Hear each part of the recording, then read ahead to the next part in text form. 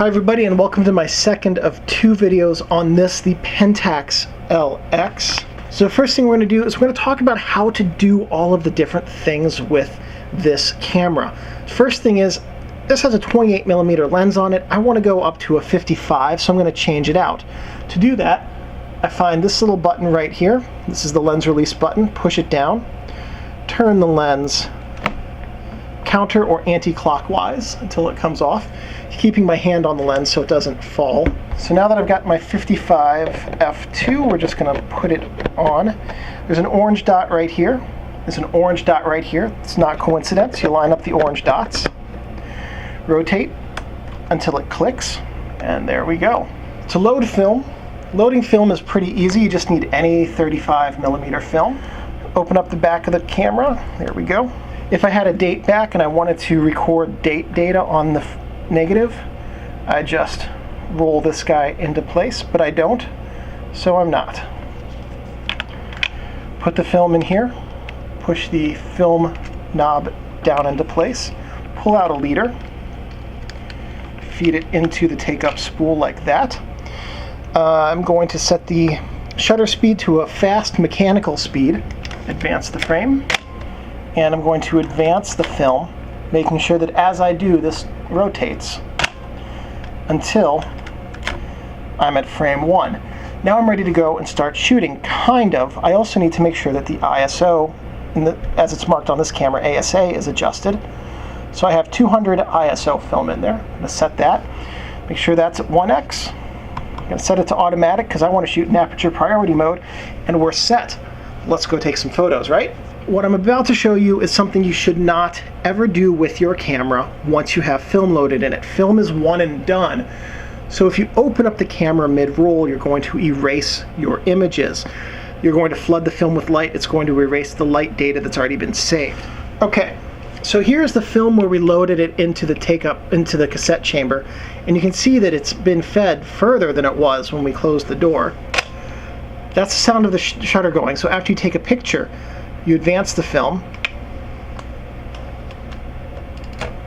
and it moves forward. Now I know it doesn't look very flat, especially after I screw it up like that, but when the film pressure plate is in the camera, it holds it pretty flat. Now, if you remember from the first video, you could see the film guide rails, and you can see through the sprocket holes that the inside silver ones are underneath them, and you can see how the film rests in between the outside guide rails so that it doesn't move up and down as it moves through the camera.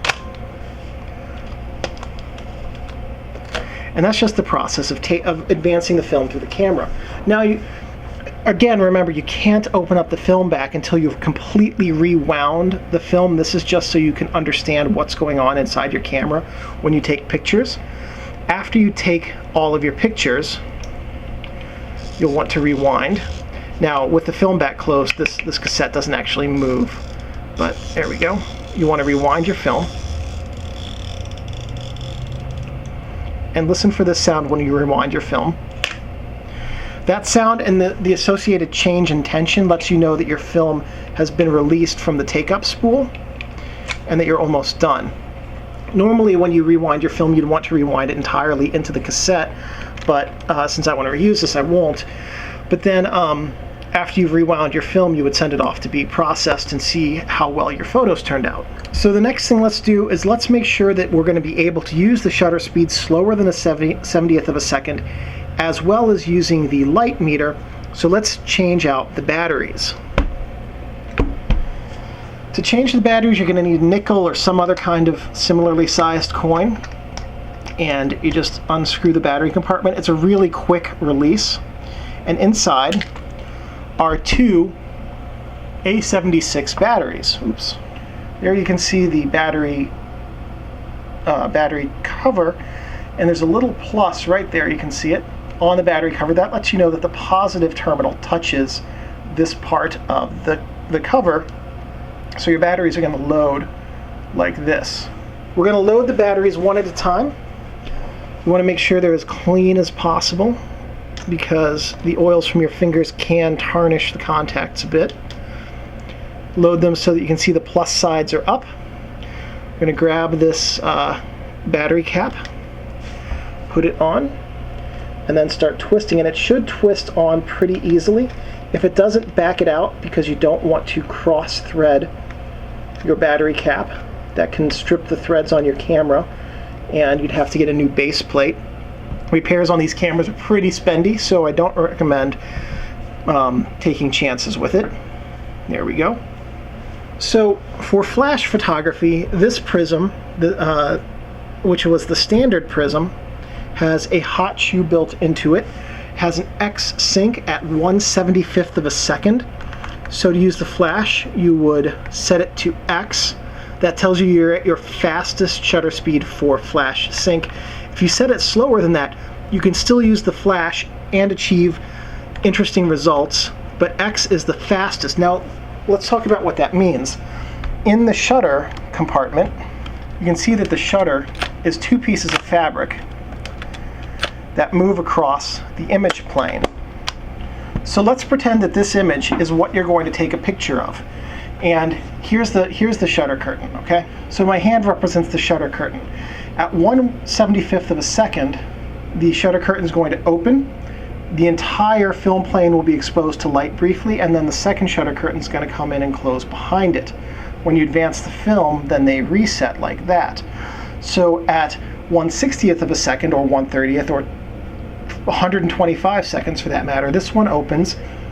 The entire area is exposed to light for some amount of time that's longer, and then the second curtain comes in and closes.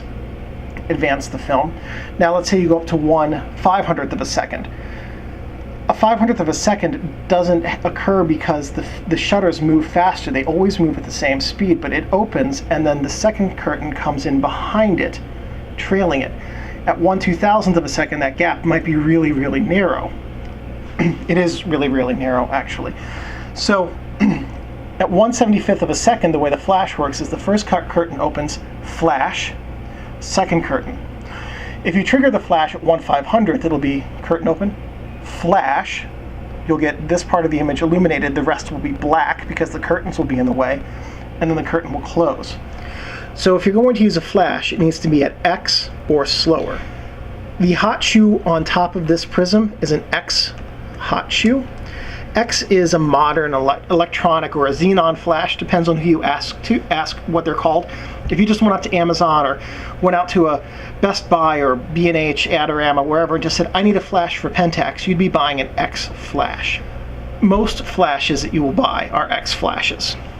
If you're using your flash PC port, this bottom one is your X sync, this is an FP. When these came out, there were still some FP flashes in the world being used, so they had the FP sync. FP flashes aren't made anymore. You don't ever have to worry about that. If you use a flash off camera on a cable, this is the port that you're going to use. Then the bottom port is for a dedicated flash. I don't know anything about, don't know exactly how to use it. So let's look through the viewfinder of a Pentax LX. Okay, here's the viewfinder. You can see over on the side, that's your light meter. And if I set the shutter speed manually, there's a bar that tells me what shutter speed I'm going to use. And that LED tells me what shutter speed I should use, which I can adjust using the aperture ring. So in manual mode, to shoot manually, I want to set the bar next to the LED indicator. And there we go. Now if I'm shooting an automatic, you'll notice, if I'm shooting an automatic, you'll notice that bar goes up above the 2000 mark into the A, and the only thing I have to look at then is that the green dot is at 1/125th. Or if I adjust my aperture, it's now yellow. You can see if when it goes from 30th to 15th, it turns from green to yellow. The yellow indicates that you will probably get shutter shake in your images, so so it's too slow. So the dot just tells you what the shutter speed is going to be. And that's really all that's in the viewfinder. The LX, some of the Prisms do have this window here that allow you to see the aperture displayed inside your viewfinder as well. And that's a nice feature, so you can tell what aperture you're set at. So let's go through the process of taking a picture with your Pentax LX from start to finish. What you'll do is you'll start by putting your eye up to the back of the viewfinder so you can look through the viewfinder to see what the image is going to be. If you're in automatic mode, all you have to do is adjust your aperture and make sure that you won't get camera shake, and you're in good shape. If you're in manual mode, you just have to line up the dot and the line like we just saw. Get your focus. Make sure the aperture is the one you want for the creative result you're looking for, and take your picture. So let's talk a little bit about some of the fancy things you can do when taking pictures. Double exposures on this camera are really tricky. You have to hold the film rewind button at the same time that you've tightened up the film spool. Hold it in place. Take your picture. Remember, you have to keep holding the film rewind button down here and advance. And now take your picture. That's the mechanics of taking a double exposure. For ensuring proper exposure, let's say you have it set at f5.6 and your meter tells you you need to be at 1/125th. Well, actually, no, if you're going to do a double exposure, you need to be at 1/250th. Or you need to have, half the light. And you can use the exposure compensation dial to have your camera in automatic mode and get times 1/2, half the light, 1/125th to 1/250th, and do this for each of your double exposure shots, and you've managed now to get a proper exposure near double exposure. So that's two different ways. You can do it manually or you can do it automatically with this dial. There's another use for this dial as well. Let's say you're looking at a very high contrast, a very difficult to meter scene. What you're looking at right now is actually a scene like that. You have high, bright areas over here, really bright areas, and then some dark areas in here, and then some midtones where the red is. It's actually pretty hard for a camera to meter accurately. So if you know that you have a center weighted meter, which this camera does, and there's a lot of dark in the middle but a lot of midtone and white outside, your whites are going to be really blown out and your midtones will look like highlights. So I'm just going to guesstimate it and think that I probably need 2/3 less light, 2/3 of a stop less light. You can use the exposure compensation dial to that end. Here's how you read this. I've talked about using it. Here's how you read it. Times 1/2 times 1/4. This is exposure value, not stops. It's written differently. Times 2 and times 4. So let's say you're at f5.6 and 1/125th of a second. The camera's not ever going to adjust your aperture. So your aperture will always be what you set it at, which is a good thing to have.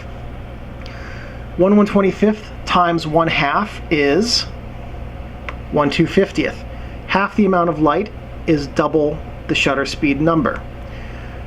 1/125th times 2 is 1/60th.